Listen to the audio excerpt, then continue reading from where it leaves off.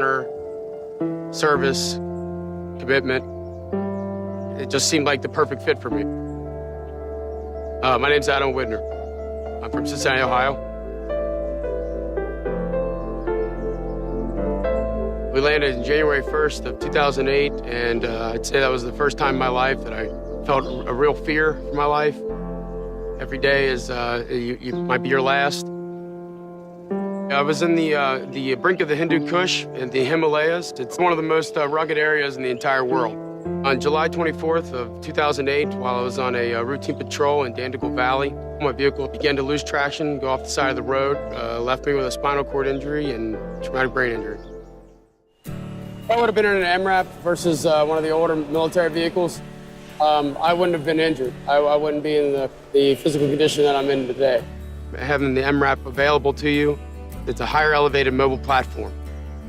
You have an eyes-on advantage, and you have this intimidation factor that changes everything for the war. They've definitely switched their approach when it comes to the improvised explosive devices, because now they're targeting personnel, foot patrol. They're seeing how there's no response. The soldiers are still surviving. The servicemen and women are going right back to base, getting a new MRAP, and they're hitting the hill again the next day.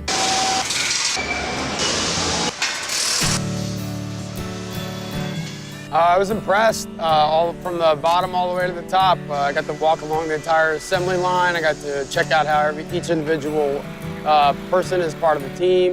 It's all about getting that, the mission first, getting the vehicle out to service member of the civilian world. And at the end of the day, I mean, they're tough vehicles, so they got to be tough people. I just wanted to tell them I was thankful to have them out here and doing what they do. It represents the same kind of commitment and service that we have in the military. There's so much going on overseas that a lot of times the last thing you really want to be worrying about is vehicle maintenance and the security and the safety of your vehicle. So it's nice to know there's somebody back home who's already tackling that commitment for us. These vehicles are so tactically built, and they're safe, and they're essentially concrete on wheels. If you have to be in the worst place in the world, that's the vehicle you want. Having the high ground is the war.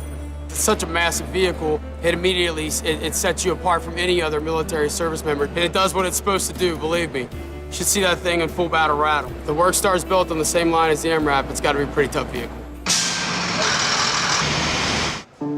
They have a personal attachment to probably every vehicle, just knowing that it's going to end up, there's going to be a trooper sitting in the driver's seat, a gunner in the gunner's turret, and people's lives are very much in the hands of these individuals. My very first introduction to any of the workers was actually I shook his hand and told him thank you for what he was doing, and he shook my hand and he said, "Welcome home, brother." And next thing I know, he found out he was an Iraq veteran.